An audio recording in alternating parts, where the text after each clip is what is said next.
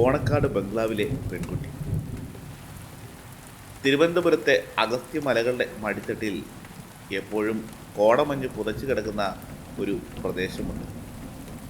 പകൽ വെളിച്ചത്തിൽ പോലും സൂര്യകിരണങ്ങൾക്ക് തുളച്ചു കയറാൻ കഴിയാത്തത്ര ഇടതൂർന്ന മരങ്ങൾ. തണുത്ത കാറ്റ് വീശുമ്പോഴെല്ലാം ആ കാടിനുള്ളിൽ നിന്ന് എന്തൊക്കെയോ രഹസ്യങ്ങൾ മന്ത്രിക്കുന്ന പോലെ തോന്നും.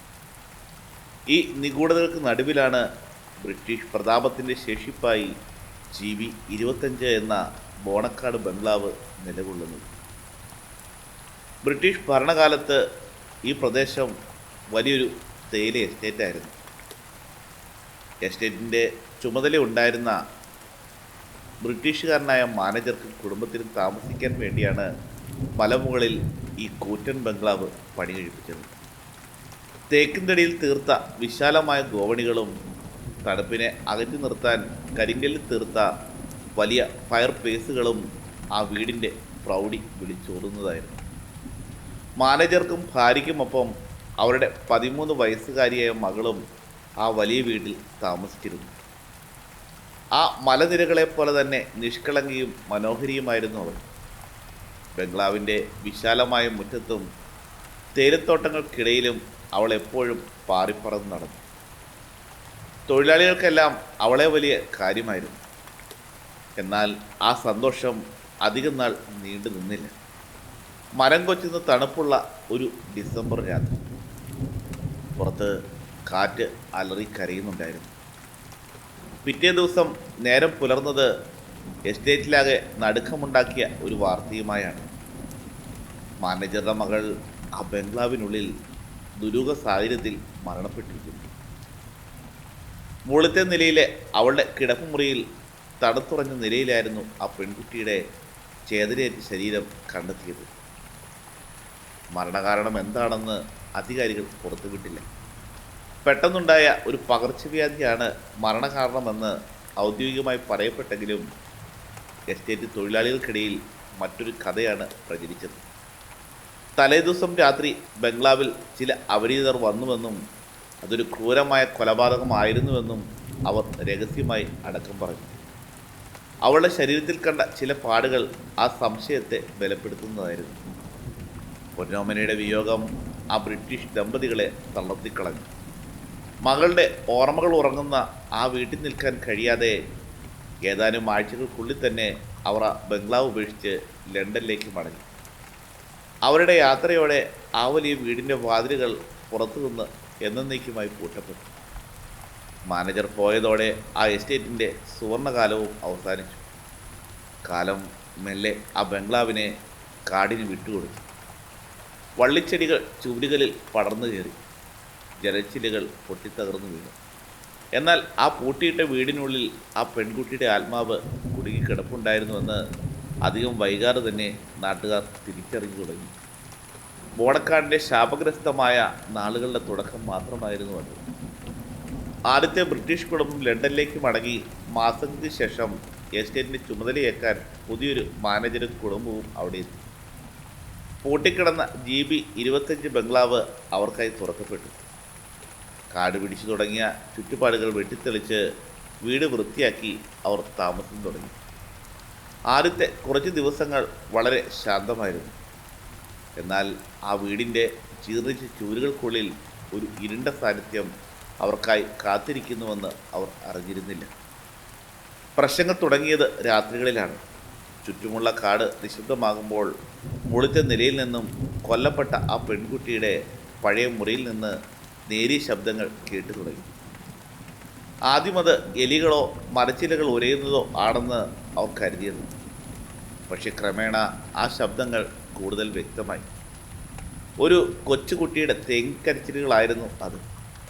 ചില രാത്രികളിൽ ആ കരച്ചിൽ പെട്ടെന്ന് ഭയപ്പെടുത്തുന്ന പൊട്ടിച്ചിരികളായി മാറും. ആരുമില്ലാത്ത ഇടനാഴിയിലൂടെ ആരോ ഓടി നടക്കുന്ന കാലച്ചകൾ കേട്ട് പുതിയ മാനേജറും ഭാര്യയും പലപ്പോഴും ഞെട്ടി എഴുന്നേറ്റു. മരവിപ്പിക്കുന്ന ആ രാത്രി, ഒരു ദിവസം അർദ്ധരാത്രി, വലിയൊരു ശബ്ദം കേട്ടാണ് മാനേജർ ഉണർന്നത്. മുകളിലത്തെ നിലയിലെ ജനച്ചില്ലുകൾ തകർന്നു വീഴുന്ന ശബ്ദമായിരുന്നു അത്. കയ്യിലൊരു റാന്തൽ വിളക്കുമായി അദ്ദേഹം വേഗത്തിൽ ഓടിപ്പടികൾ കയറി മുകളിലെത്തി. ആ പെൺകുട്ടിയുടെ മുറിയുടെ വാതിൽ പാതി തുറന്ന് കിടപ്പുണ്ടായിരുന്നു. അകത്തേക്ക് കയറിയ അദ്ദേഹം അക്ഷരാർത്ഥത്തിൽ വിറച്ചുപോയി.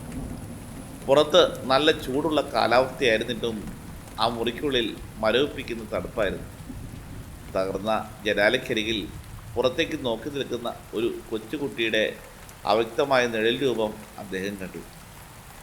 റാന്തലിൻ്റെ വെളിച്ചം അങ്ങോട്ടേക്ക് വീണതും ആ രൂപം കാറ്റിലലിഞ്ഞ് ഇല്ലാതെയായി. അവിടെ ആകെ അവശേഷിച്ചത് വായുവിൽ തങ്ങി നിന്ന പഴയൊരു ലാവൻഡർ പെർഫ്യൂമിൻ്റെ ഗന്ധം മാത്രമായിരുന്നു. പിറ്റേന്ന് നേരം പുലർന്ന ഉടനെ ആ കുടുംബം തങ്ങളുടെ സാധനങ്ങളും എടുത്ത് അവിടുന്ന് ജീവനും കൊണ്ടോടി. പിന്നീട് വന്നവർക്കും സമാനമായ അനുഭവങ്ങളെ തുടർന്ന് അധികം നാൾ നിൽക്കാതെ മടങ്ങി. രാത്രികാലങ്ങളിൽ ബംഗ്ലാവിൻ്റെ മുറ്റത്ത് കളിക്കുന്ന മഞ്ഞ് ഉടുപ്പിട്ട ഒരു കൊച്ചു പെൺകുട്ടിയെ പലരും കണ്ടതായി കഥകൾ പരന്നു. എസ്റ്റേറ്റ് തൊഴിലാളികൾ ഇരുട്ടിയാൽ ആ വഴിക്ക് പോകാതെയായി. ചില അമാവാസി രാത്രികളിൽ ബംഗ്ലാവിൽ നിന്ന് കേൾക്കുന്ന നിലവിളികൾ താഴ്വരകളിൽ വരെ പ്രതിധ്വനിച്ചു. ഭയം കാരണം ഒരു കാവൽക്കാരനെ പോലും അവിടെ നിർത്താൻ കമ്പനിക്ക് കഴിഞ്ഞില്ല. അങ്ങനെ മനുഷ്യവാസത്തിന് അയോഗ്യമായ ഒരിടമായി ബോണക്കാട് ബംഗ്ലാവ് മാറി. മനുഷ്യർ ഒഴിഞ്ഞു പോയതോടെ പ്രകൃതി ആ വീടിനെ പൂർണ്ണമായും ഏറ്റെടുത്തു. കൂറ്റൻ മരങ്ങളുടെ വേരുകൾ തറപൊളിച്ച് പുറത്തേക്ക് വന്നു. മേൽക്കൂരകൾ തകർന്നു വീണു. എന്നിട്ടും ആ ജീർണിച്ച ചൂരുകൾക്കുള്ളിൽ തൻ്റെ അച്ഛനെയും അമ്മയെയും കാത്ത് ആ 13-കാരിയുടെ ആത്മാവ് അലഞ്ഞു തിരിയുന്നുണ്ടായിരുന്നു. ഇരുളടഞ്ഞ ആ കാട്ടിൽ അവൾ തനിച്ചായിരുന്നില്ല. അവളോടൊപ്പം ഭയവും അവിടെ കൂടുകിട്ടിയിരുന്നു. വർഷങ്ങൾ കടന്നുപോയി. ബോണക്കാട് ബംഗ്ലാവിനെ പറ്റിയുള്ള കഥകൾ ഒരു പ്രാദേശിക വിത്തായി വളർന്നിരുന്നു. അമാനുഷിക കാര്യങ്ങളിൽ താല്പര്യമുള്ളവരെയും സാഹസികരെയും ഈ പ്രേതഭവനം എപ്പോഴും ആകർഷിച്ചിരുന്നു. അങ്ങനെയാണ് തിരുവനന്തപുരത്തു നിന്നുള്ള 4 ചെറുപ്പക്കാർ തങ്ങളുടെ അവധിക്കാലത്ത് ഈ രഹസ്യം നേരിട്ടറിയാൻ തീരുമാനിക്കുന്നത്. ഭയമെന്താണെന്നറിയാത്ത അവർ ഒരു ശൈത്യകാലത്തിൻ്റെ സായാഹ്നത്തിൽ ബോണക്കാടിൻ്റെ താഴ്വരയിലെത്തി. മുകളിലേക്ക് കയറാൻ തുടങ്ങിയ അവരെ കാലങ്ങളായി അവിടെ താമസിച്ചിരുന്ന പ്രായമായ ഒരു തോട്ടത്തൊഴിലാളി തടഞ്ഞു നിർത്തി. ആ ബംഗ്ലാവിനെക്കുറിച്ചുള്ള ഓർമ്മകൾ അയാളുടെ ചുളിവ് വീണ മുഖത്ത് ഭയമായി നിഴലിച്ചിരുന്നു. അങ്ങോട്ട് പോകരുത് മക്കളെ, പകൽ സമയത്ത് പോലും ഞങ്ങളാരും അങ്ങോട്ട് പോകാറില്ല. രാത്രിയിൽ ആ കാട് നമ്മുടേതല്ല, അവളുടേതാണ്. അവൾക്ക് അപരിചിതരെ ഇഷ്ടമല്ല, അയാൾ മുന്നറിയിപ്പ് നൽകി. എന്നാൽ അതൊക്കെ വെറും കെട്ടുകഥകളാണെന്ന് പറഞ്ഞ് തള്ളിക്കളഞ്ഞ് അവർ തങ്ങളുടെ യാത്ര തുടർന്നു. പകൽ വെളിച്ചം മങ്ങിത്തുടങ്ങിയിരുന്നു. അവർ മലമുകളിലേക്ക് നടക്കും തോറും ചുറ്റുമുള്ള കാഴ്ചകൾ കോടമഞ്ഞിൽ മറഞ്ഞു. ആ കാടിൻ്റെ നിശബ്ദത അസാധാരണമായിരുന്നു. ഒരു പക്ഷിയുടെയോ ചീവീടിൻ്റെയോ ശബ്ദം പോലുമില്ല. തണുത്ത കാറ്റ് മരച്ചിലുകൾക്കിടയിലൂടെ വീശിയടിച്ചപ്പോൾ ആരോ അവരുടെ കാതുകളിൽ ദുഃഖം നിറഞ്ഞ എന്തോ മന്ത്രിക്കുന്ന പോലെ തോന്നി. തങ്ങളുടെ കാലുകൾക്കടിയിൽ എരിഞ്ഞവരുന്ന കരിയിലകളുടെ ശബ്ദം മാത്രമാണ് ആ നിശബ്ദതയെ ഭേദിച്ചുകൊണ്ടിരുന്നത്. പതിയെ പറഞ്ഞറിയിക്കാനാവാത്ത ഒരു അസ്വസ്ഥത അവരുടെ ഉള്ളിലും വേരുറപ്പിച്ചു തുടങ്ങി. പൂർണ്ണമായും ഇരുട്ട് വീണതോടെ അവർ ടോർച്ചുകൾ തെളിച്ചു. കറുത്ത മഞ്ഞിലൂടെ വെളിച്ചം മങ്ങി മാത്രം കടന്നുപോയി. പെട്ടെന്ന് അവർക്ക് മുന്നിലെ മരക്കൂട്ടങ്ങൾക്കിടയിൽ കൂറ്റനൊരു നിഴൽ രൂപം തെളിഞ്ഞു. അതായിരുന്നു GB 25 ബംഗ്ലാവ്. വള്ളിച്ചെടികൾ പടർന്നു പിടിച്ച ആ വലിയ വീട് ഇരുട്ടിൽ ഒളിഞ്ഞിരിക്കുന്ന ഒരു ഭീകര സ്വത്വത്തെ പോലെ അനുഭവപ്പെട്ടു. മുൻവശത്തെ തടിവാതിൽ ഒരു വശത്തേക്ക് ചെരിഞ്ഞ് പാതി തുറന്ന് കിടപ്പുണ്ടായിരുന്നു. കാറ്റിൽ ആ വാതിൽ ഉരയുമ്പോൾ ഉണ്ടാകുന്ന ഞരക്കം അവരെ ഉള്ളിലേക്ക് സ്വാഗതം ചെയ്യുന്നത് പോലെ അവർക്ക് തോന്നി. വിറയ്ക്കുന്ന കൈകളോടെ അവർ ടോർച്ചിൻ്റെ വെളിച്ചം അകത്തേക്ക് തിരിച്ചു. കനത്ത ഇരുട്ടും പഴകിയ തടിയുടെ ഗന്ധവും അവരെ വരവേറ്റു. പരസ്പരം നോക്കി ഒരു ദീർഘനിശ്വാസത്തോടെ അവർ ബംഗ്ലാവിൻ്റെ ജീർണിച്ച പടവുകൾ കയറി തുടങ്ങി. ടോർച്ചിൻ്റെ മങ്ങിയ വെളിച്ചത്തിൽ ആ 4 യുവാക്കളും ആ ബംഗ്ലാവിനുള്ളിലേക്ക് കാലെടുത്ത് വെച്ചു. പൊളിഞ്ഞു വീണ മേൽക്കൂരയും വിള്ളൽ വീണ ചൂരുകളും അവരെ വരവേറ്റു. വർഷങ്ങളായി അടഞ്ഞു കിടക്കുന്നതിൻ്റെയും ജീർണിച്ച തടിയുടെയും ശ്വാസം മുട്ടിക്കുന്ന ഗന്ധം ആ മുറിക്കുള്ളിൽ നിറഞ്ഞു നിന്നു. തറയിലെ പലകകളിൽ അവർ ചവിട്ടുമ്പോഴെല്ലാം ഹൃദയമിടിപ്പ് കൂട്ടുന്ന രീതിയിൽ ഭയപ്പെടുത്തുന്ന ശബ്ദങ്ങൾ മുഴങ്ങി. താഴ്ത്ത നിലയിലെ മുറികൾ പരിശോധിച്ച ശേഷം അവർ ആ വലിയ തടികോമണിക്ക് താഴെയെത്തി. പെട്ടെന്ന് അവർക്ക് ചുറ്റുമുള്ള താപനില അസാധാരണമായി കുറയാൻ തുടങ്ങി. പുറത്തെ കൊടും തണുപ്പിനേക്കാൾ ഭയാനകമായൊരു തണുപ്പ് അവരെ പൊതിഞ്ഞു. ശ്വാസം എടുക്കുമ്പോൾ അതൊരു മൂടൽമഞ്ഞ് പോലെ വായുവിൽ രൂപപ്പെടുന്നത് കണ്ട് അവർ പരസ്പരം ഭീതിയോടെ നോക്കി. എന്തോ ഒരു അദൃശ്യ ശക്തി തങ്ങളെ നിരീക്ഷിക്കുന്നുണ്ടെന്ന് തോന്നൽ അവരുടെ ഞരമ്പുകളിലൂടെ അരിച്ചിറങ്ങാൻ തുടങ്ങി. അപ്പോഴാണ് ആ വലിയ നിശബ്ദതയെ കീറിമുറിച്ചുകൊണ്ട് മുകളിലത്തെ നിലയിൽ നിന്നും ആ ശബ്ദം കേട്ടത്. വ്യക്തമായ കാൽപ്പെരുമാറ്റം. ആരോ പതുക്കെ മരപ്പടികൾ ഇറങ്ങി വരുന്നു. ഓരോ പടി ഇറങ്ങുമ്പോഴും ആ പഴയ ഗോടിപ്പടികൾ ഞരങ്ങുന്ന ശബ്ദം അവർ ശ്വാസം അടക്കി പിടിച്ച് കേട്ടു നിന്നു. അവരുടെ രക്തം മരവിച്ചു പോയിരുന്നു. 4 പേരും വിറയ്ക്കുന്ന കൈകളോടെ തങ്ങളുടെ ടോർച്ചിൻ്റെ വെളിച്ചം ഒന്നിച്ച ഗോവടിയിലേക്ക് കുതിച്ചു. വെളിച്ചം വീണെടുത്ത് ആ പടികൾ തികച്ചും ശൂന്യമായിരുന്നു. ആരും അവിടെ ഉണ്ടായിരുന്നില്ല. എന്നാൽ അവർ നോക്കി നിൽക്കെ മുകളിലെ ഇരുട്ടിൽ നിന്നും പഴയൊരു മരപ്പന്ത് പടികൾ തട്ടി താഴേക്ക് ഉരുണ്ടുവന്ന് അവരുടെ കാൽക്കൽ കൃത്യമായി വന്നു നിന്നു. ഒരു നൂറ്റാണ്ടുകളോളം പഴക്കമുള്ള പൊടി പിടിച്ച ഒരു കുട്ടിയുടെ കളിപ്പാട്ടമായിരുന്നു അത്. അത് കണ്ട് നടുങ്ങി നിൽക്കുന്ന അവരുടെ കാതുകളിലേക്ക് തൊട്ട് പിന്നിൽ നിന്നെന്ന പോലെ ഒരു ശബ്ദമെത്തി. ഒരു കൊച്ചു പെൺകുട്ടിയുടെ നേരിയ വിതുമ്പൽ. കരച്ചിലിനൊപ്പം വായുവിൽ പഴയൊരു ലാവണ്ടർ പെർഫ്യൂമിൻ്റെ ഗന്ധവും പടർന്നു. ആരോ തങ്ങളുടെ കാതിൽ വന്ന് ശ്വാസം വിടുന്നത് പോലെ അവർക്ക് അനുഭവപ്പെട്ടു. തിരിഞ്ഞു നോക്കാൻ പോലും കഴിയാതെ ആ വലിയ ഹാളിൽ ഭയത്തിൻ്റെ തടവിലാക്കപ്പെട്ടതുപോലെ അവർ അവിടെ തന്നെ തറഞ്ഞുപോയി. ആ ബംഗ്ലാവ് അവരോട് എന്തോ പറയാൻ ശ്രമിക്കുന്നുണ്ടായിരുന്നു. അല്ലെങ്കിൽ അവരെ എന്നേക്കുമായി അവിടെ പിടിച്ചു നിർത്താൻ. തൊട്ടു പിന്നിൽ നിന്ന് കേട്ട ആ തേങ്ങലിൽ അവരുടെ സർവ്വനിയന്ത്രണവും നഷ്ടപ്പെട്ടിരുന്നു. ഹൃദയം വാരിയലുകൾ തകർത്ത് പുറത്തു വരുന്നുവെന്ന അവസ്ഥയിൽ ശ്വാസം അടക്കിപ്പിടിച്ച് അവർ പതിയെ പിന്നിലേക്ക് തിരിഞ്ഞു നോക്കി. ടോർച്ചിൻ്റെ മങ്ങിയ വെളിച്ചം ചെന്ന് വീണത് ഹാളിലെ വലിയൊരു കരിങ്കൽ തൂണിലേക്കാണ്. ആ ഇരുട്ടിൽ നിന്നുകൊണ്ട് അവർ ആ കാഴ്ച കണ്ടു. മഞ്ഞ കലർന്ന പഴയൊരു ഉടുപ്പിട്ട ഒരു കൊച്ചു പെൺകുട്ടി. കാറ്റില്ലായിരുന്നിട്ടും അവളുടെ മുടിയിഴകൾ വായുവിൽ പാറിപ്പറക്കുന്നുണ്ടായിരുന്നു. രക്തയോട്ടമില്ലാത്ത വിളറിയ മുഖം. എന്നാൽ ആ മുഖത്തേക്കാൾ അവരെ ഭയപ്പെടുത്തിയത് അവളുടെ കണ്ണുകളായിരുന്നു. കൊടിയ സങ്കടവും ശൂന്യതയും ഒപ്പം തങ്ങളുടെ ഏകാന്തതയിലേക്ക് അതിക്രമിച്ച് കയറിയവരോടുള്ള അസാധാരണമായ കോപവും ആ കണ്ണുകളിൽ നിറഞ്ഞു നിന്നിരുന്നു. ഒന്ന് അനങ്ങാൻ പോലും ആകാതെ അവർ തറഞ്ഞു നിൽക്കെ അവളവരെ നോക്കി പതുക്കെ മെലിഞ്ഞ കൈകളുയർത്തി. എന്തോ പറയാനോ അല്ലെങ്കിൽ അവരെ തനിക്കടുത്തേക്ക് വിളിക്കാനോ ശ്രമിക്കുന്നത് പോലെ. പെട്ടെന്ന് ബംഗ്ലാവിൻ്റെ ശേഷിക്കുന്ന ജലച്ചില്ലകളെല്ലാം ഒരേ സമയം വലിയ ശബ്ദത്തോടെ തകർന്നു വീണു. ആ വലിയ വീടിനുള്ളിൽ ഒരു കൊടുങ്കാറ്റ് വീശിയടിക്കുന്നത് പോലെ അവർക്ക് തോന്നി. ആ നിമിഷം അവരുടെ സമനില നഷ്ടപ്പെട്ടു. കയ്യിലുണ്ടായിരുന്ന ടോർച്ചും ബാക്ക് പാക്കും അവിടെ തന്നെ ഉപേക്ഷിച്ച് പ്രാണനും കൊണ്ട് അവർ ആ ബംഗ്ലാവിൽ നിന്നും പുറത്തേക്ക് ഒരൊറ്റ ഓട്ടമായിരുന്നു.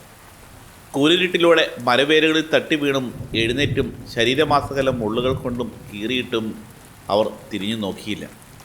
പിന്നിൽ ആ ബംഗ്ലാവിൻ്റെ ഇരുളിൽ നിന്നും ഒരു കൊച്ചുകുട്ടിയുടെ അട്ടഹാസം ആ കാടിനെ നടുക്കിക്കൊണ്ട് മുഴങ്ങുന്നുണ്ടായിരുന്നു. താഴെ എസ്റ്റേറ്റിലെ ഏങ്ങളിൽ എത്തിയപ്പോഴേക്കും അവർ 4 പേരും ഭയത്താൽ അബോധാവസ്ഥയിലായി കഴിഞ്ഞിരിക്കുന്നു. ദിവസങ്ങൾ നീണ്ട പനിക്ക് ശേഷം നാട്ടിലേക്ക് മടങ്ങിയ ആ ചെറുപ്പക്കാർ പിന്നീട് ബോണക്കാട് ഭാഗത്തേക്ക് തിരിഞ്ഞു നോക്കിയിട്ടില്ല. ഇന്നും ബോണക്കാട് GB 25 ബംഗ്ലാവ് ആ കാടിന് നടുവിൽ തകർന്നടിഞ്ഞ് ഓർമ്മകളുടെ ഒരു പ്രേതാലയമായി നിലകൊള്ളുന്നുണ്ട്. പകൽ സമയങ്ങളിൽ പോലും ഒരു മൂടി വെച്ച നിഗൂഢത ആ പരിസരത്തുണ്ട്. വർഷങ്ങൾ പലത് കഴിഞ്ഞിട്ടും ഇരുട്ടി വീഴുമ്പോൾ ആ 13 വയസ്സുകാരി തൻ്റെ അച്ഛനെയും അമ്മയെയും കാത്ത് ഇപ്പോഴും ആ വരാന്തയിൽ അലഞ്ഞു തിരിയാറുണ്ടെന്നാണ് നാട്ടുകാരുടെ വിശ്വാസം. എപ്പോഴെങ്കിലും ബോണക്കാട് പോയാൽ നിങ്ങൾക്കറിയാം അവിടുത്തെ കോടമഞ്ഞിന് ആ കൊച്ചു പെൺകുട്ടിയുടെ കണ്ണീരിൻ്റെ നനവുണ്ടെന്ന്. ലക്കിടിയിലെ ചങ്ങലമരം. താമരശ്ശേരി ചുരത്തിലെ 9 ഹെയർപിൻ വളവുകൾ പിന്നിട്ട് ലക്കിടിയിലെത്തുമ്പോൾ ശരീരത്തെ മാത്രമല്ല മനസ്സിനെയും മരവിപ്പിക്കുന്ന ഒരു തണുപ്പുണ്ട്. പകൽ സമയത്ത് കോടമഞ്ഞ് മൂടിയ പ്രകൃതി ഭംഗി ആസ്വദിക്കുന്നവർക്കറിയില്ല സന്ധ്യ മയങ്ങുന്നതോടെ ആ കാടടിയുന്ന ഭയപ്പെടുത്തുന്ന മുഖം. സൂര്യൻ മലയിറങ്ങുന്നതോടെ ലക്കിടിയിലെ ആ വലിയ മരത്തിനു ചുറ്റും അദൃശ്യമായ ഏതോ ഒരു ഇരുൾ പരക്കാൻ തുടങ്ങി. ഭയത്തിന് തണുപ്പ് റോഡരികൾ ശാന്തമായി നിൽക്കുന്നതായി തോന്നാമെങ്കിലും ആ മരത്തെ ചുറ്റി വരിഞ്ഞിരിക്കുന്ന കറുത്ത ഇരുമ്പ് ചങ്ങല വെറുമൊരു കാഴ്ചയല്ല, അതൊരു മുന്നറിയിപ്പാണ്. രാത്രിയുടെ നിശ്ചലതയിൽ കാറ്റ് വീശുമ്പോഴെല്ലാം ആ പഴകിയ ചങ്ങലക്കണ്ണികൾ തമ്മിലൊരുസി ഒരു നേരിയ ശബ്ദം കേൾക്കാം. തളയ്ക്കപ്പെട്ട ഏതോ ഒരു ആത്മാവിൻ്റെ ദീർഘനിശ്വാസം പോലെ ചുരത്തിൽ വാഹനം നിർത്തി പുറത്തിറങ്ങുന്ന യാത്രക്കാർക്ക്, പ്രത്യേകിച്ച് അർദ്ധരാത്രിയിൽ ഇരുളിൽ നിന്നും ചുവന്ന കണ്ണുള്ള ആരോ തങ്ങളെ തുറിച്ചു നോക്കുന്ന പോലൊരു തോന്നൽ ഉണ്ടാകാറുണ്ട്. കാടിൻ്റെ വന്യതയ്ക്കപ്പുറം മനുഷ്യൻ്റേതല്ലാത്ത ഏതോ ഒരു സാന്നിധ്യം അവിടെയുണ്ട്. മരച്ചിലകൾക്കിടയിലൂടെ കടന്നു പോകുന്ന കാറ്റിന് പലപ്പോഴും മനുഷ്യൻ്റെ തേങ്ങലുകളുടെയും അലർച്ചയുടെയും ശബ്ദമാണ്. തളയ്ക്കപ്പെട്ട രഹസ്യം ആ ഇരുമ്പ് ചങ്ങലയ്ക്കുള്ളിൽ ബന്ധിക്കപ്പെട്ടിരിക്കുന്നത് വെറുമൊരു മിത്തല്ല, മറിച്ച് നൂറ്റാണ്ടുകൾക്ക് മുമ്പ് നടന്ന ഒരു കൊടും ക്രൂരതയുടെ ബാക്കിപത്രമാണ്. പകയും സങ്കടവും രക്തദാഹവുമായി അലഞ്ഞു നടന്ന ഒരു ദുരാത്മാവിനെയാണ് ആ ചങ്ങലയുടെ ഓരോ കണ്ണിയിലും കൂട്ടിപ്പിടിപ്പിച്ചിരിക്കുന്നതെന്ന് നാട്ടുകാർ വിശ്വസിക്കുന്നു. ഇരുട്ട് വീണ ശേഷം ആ മരത്തിനരികിലൂടെ തനിച്ചു നടക്കാൻ ഇന്നും ആർക്കും ധൈര്യമില്ല. കാരണം ആ ചങ്ങലയുടെ പിടിയെങ്ങാനും ഒന്ന് അയഞ്ഞാൽ ലക്കിയുടെ മണ്ണിൽ വീണ്ടും മരണത്തിൻ്റെ ഗന്ധം പടരുമെന്ന് അവർക്കറിയാം. ഭയത്തിൻ്റെ വേരുകൾ കിടക്കുന്നത് വഞ്ചനയുടെയും ചോരയുടെയും മണമുള്ള ഒരു ഇരുണ്ട ഭൂതകാലത്തിലേക്കാണ്. ആ ചരിത്രം ഉറങ്ങിക്കിടക്കുന്ന കൊടും കാട്ടിലേക്കാണ് ലക്കിടിയുടെ രാത്രികൾ നമ്മളെ കൂട്ടിക്കൊണ്ടു പോകുന്നത്. ബ്രിട്ടീഷ് ഭരണകാലത്താണ് ഈ ഭയാനകമായ കഥയുടെ വേരുകൾ കിടക്കുന്നത്. സുഗന്ധ വ്യഞ്ജനങ്ങളുടെ നാടായ വയനാട്ടിലേക്ക് കോഴിക്കോട്ട് നിന്നും എളുപ്പത്തിലെത്താൻ ഒരു പാത കണ്ടെത്തുക എന്നത് ബ്രിട്ടീഷുകാരുടെ വലിയൊരു ആവശ്യമായിരുന്നു.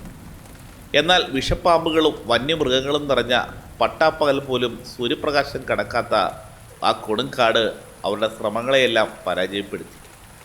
വഴിയറിയാതെ കാട് കയറിയ അനേകം ബ്രിട്ടീഷ് സൈനികർക്ക് ആ വനത്തിനുള്ളിൽ ജീവൻ നഷ്ടപ്പെട്ടു.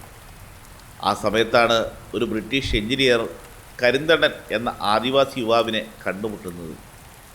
കാടിൻ്റെ മക്കളായ പണിയ വിഭാഗത്തിൽപ്പെട്ട കരിന്തണ്ടന് ആ വനത്തിൻ്റെ ഓരോ മുക്കും മൂലയും മൃഗങ്ങളുടെ സഞ്ചാര വഴിയും മനപ്പാടമായിരുന്നു.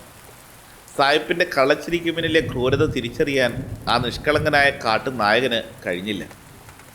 സായിപ്പിൻ്റെ വ്യാജമായ വാഗ്ദാനങ്ങൾ വിശ്വസിച്ച് കരിന്തണ്ടൻ തൻ്റെ സമുദായത്തിൻ്റെ രഹസ്യ വഴികളിലൂടെ ബ്രിട്ടീഷുകാരെയും കൂട്ടി കാട് കയറി. ദിവസങ്ങൾ നീണ്ട ഭയപ്പെടുത്തുന്ന യാത്രയായിരുന്നു അത്. അഗാധമായ കൊക്കുകളും കുത്തനെയുള്ള മരനിരകളും കടന്ന് വന്യമൃഗങ്ങളിൽ നിന്ന് സായിപ്പിനെ സംരക്ഷിച്ച് കരിന്തണ്ടൻ അവരെ സുരക്ഷിതമായി മലമുകളിലെത്തിച്ചു. ഇന്നത്തെ ലക്കിടിയിലെ ആ മനോഹരമായ പ്രദേശത്തായിരുന്നു അവർ എത്തിച്ചേർന്നത്. താഴെ താമരശ്ശേരിയുടെ വിശാലമായ കാഴ്ച കണ്ട് ബ്രിട്ടീഷ് എഞ്ചിനീയർ അത്ഭുതപ്പെട്ടു. ചോര വീണ പാറക്കെട്ടുകൾ ലക്ഷ്യസ്ഥാനത്തെത്തിയതോടെ സായിപ്പിൻ്റെ മനസ്സിൽ കൊടിയ ദുരാഗ്രഹം ഉണർന്നു. ഇത്രയും ദുർഘടമായ ഒരു പാത കണ്ടെത്തിയതിൻ്റെ മുഴുവൻ പ്രശസ്തിയും ബഹുമതിയും ചരിത്രത്തിൽ തൻ്റെ പേരിൽ മാത്രം രേഖപ്പെടുത്തണം. അതിന് ഒരേ ഒരു തടസ്സം തൻ്റെ മുന്നിൽ നിൽക്കുന്ന ഈ ആദിവാസി യുവാവാണ്. യാത്രാ ക്ഷീണത്താൽ ഒരു പാറപ്പുറത്ത് വിശ്രമിക്കുകയായിരുന്ന കരിന്തണ്ടൻ്റെ നേർക്ക് യാതൊരു ദയവുമില്ലാതെ ആ ബ്രിട്ടീഷുകാരൻ തൻ്റെ തോക്ക് ചൂണ്ടി. നിശബ്ദമായ ആ കാടിനെ നടുക്കിക്കൊണ്ട് തുടർച്ചയായി വെടിയിച്ചകൾ മുഴങ്ങി.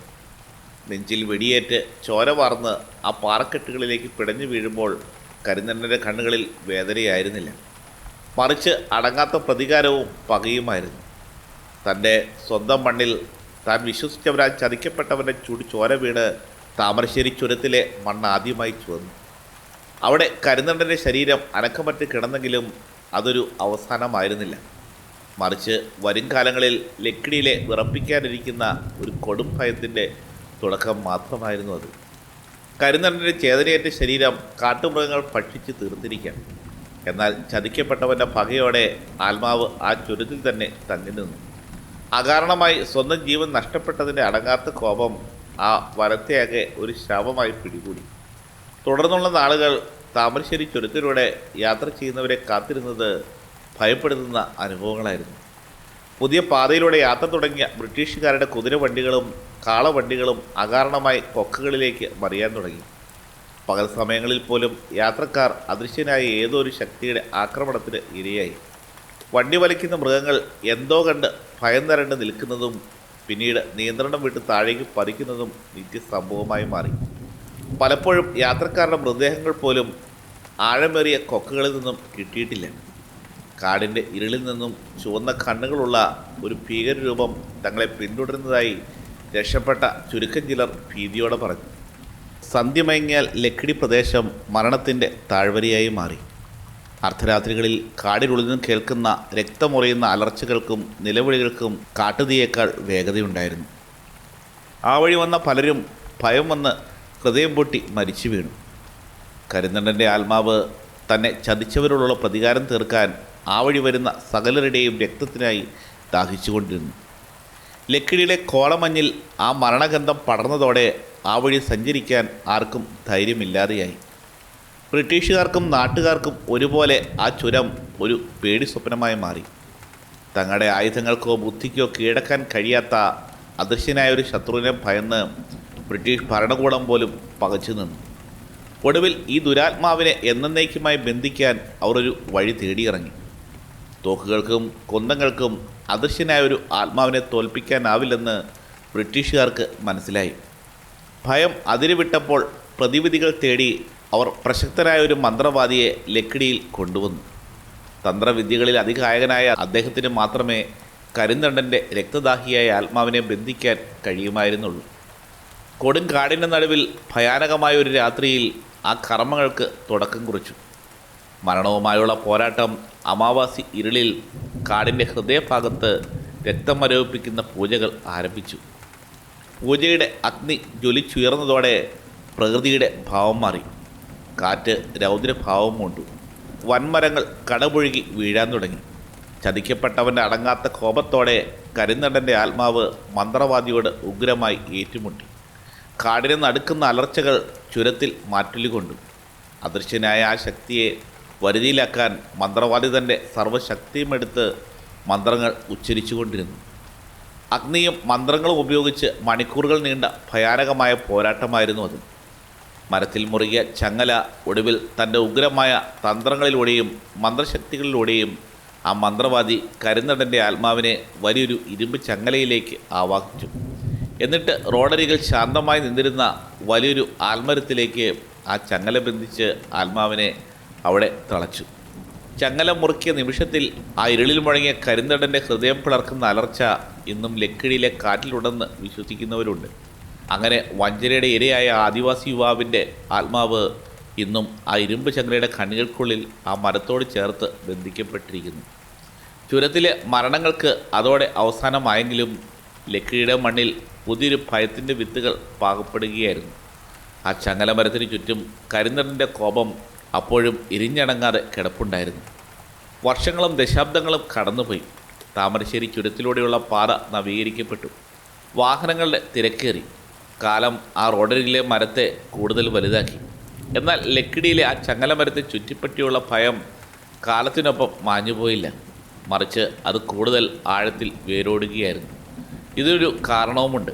ശാസ്ത്രത്തിന് പോലും ഉത്തരം നൽകാൻ കഴിയാത്തത്ര ഭയപ്പെടുത്തുന്ന ഒരു പ്രതിഭാസം ഇന്നും അവിടെ കാണാം.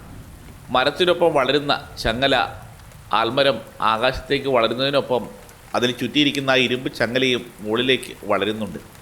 ചങ്ങലയുടെ കണ്ണികൾ മരത്തൊലിയോട് ചേർന്ന് മരത്തിൻ്റെ ഭാഗമെന്നോണം ഉയരത്തിലേക്ക് നീളുന്ന കാഴ്ച ആരെയും അത്ഭുതപ്പെടുത്തുകയും ഭയപ്പെടുത്തുകയും ചെയ്യും. ഭാരമുള്ള ഒരു ഇരുമ്പ് ചങ്ങല എങ്ങനെ മരത്തിനൊപ്പം മുകളിലേക്ക് വളരുന്നു എന്നതിന് തൃപ്തികരമായ ഒരു വിശദീകരണം നൽകാൻ ഇന്നുവരെ ആർക്കും കഴിഞ്ഞിട്ടില്ല. ആ ചങ്ങലയ്ക്ക് കീഴിൽ കരിന്തണ്ടൻ്റെ കോപവും പ്രതികാരവും ഇപ്പോഴും എരിഞ്ഞണങ്ങാതെ കിടപ്പുണ്ടെന്നാണ് നാട്ടുകാരുടെ വിശ്വാസം. ആത്മാവിൻ്റെ ശക്തി കൊണ്ടാണ് ആ ചങ്ങല ആ മരത്തിനൊപ്പം വളരുന്നതെന്ന് അവർ വിശ്വസിക്കുന്നു. ഇന്നും ചുരം കയറി വരുന്ന വാഹനങ്ങൾ ആ മരത്തിന് മുന്നിൽ നിർത്തി കരിന്തണ്ടൻ്റെ ആത്മാവിനോട് പ്രാർത്ഥിച്ചതിന് ശേഷം മാത്രമേ യാത്ര തുടരാറുള്ളൂ. അങ്ങനെ ചെയ്യാത്തവർക്ക് ചുരത്തിൽ അപകടങ്ങൾ സംഭവിക്കുമെന്ന് പലരും ഉറച്ച് വിശ്വസിക്കുന്നു. ആധുനിക കാലത്തും കോടമഞ്ഞ് മൂടുന്ന രാത്രികളിൽ ആ മരച്ചൂട്ടിലൂടെ നടക്കുമ്പോൾ ചിലർക്കെങ്കിലും ചങ്ങലയുടെ കിലുക്കവും വിദൂരതയിൽ നിന്നും ഒരു നിലവിളിയുടെ മാറ്റൊലിയും കേൾക്കാറുണ്ടത്രേ. ലക്കിടിയിലെ ആ ചങ്ങലമരം വെറുമൊരു മരമല്ല. അത് ചതിയുടെ, അടങ്ങാത്ത പകയുടെ, ജീവൻ നഷ്ടപ്പെട്ട ഒരു നിഷ്കളങ്കൻ്റെ ഭയപ്പെടുത്തുന്ന ഒരു സ്മാരകമായി ഇന്നും അവിടെ തന്നെയുണ്ട്. ആ ചങ്ങലയുടെ പിടിയെങ്ങാനും ഒന്ന് അയഞ്ഞാൽ എന്ത് സംഭവിക്കുമെന്ന ഭയം ലക്കിടിയിലെ കാറ്റിൽ എപ്പോഴും തങ്ങി നിൽക്കുന്നു.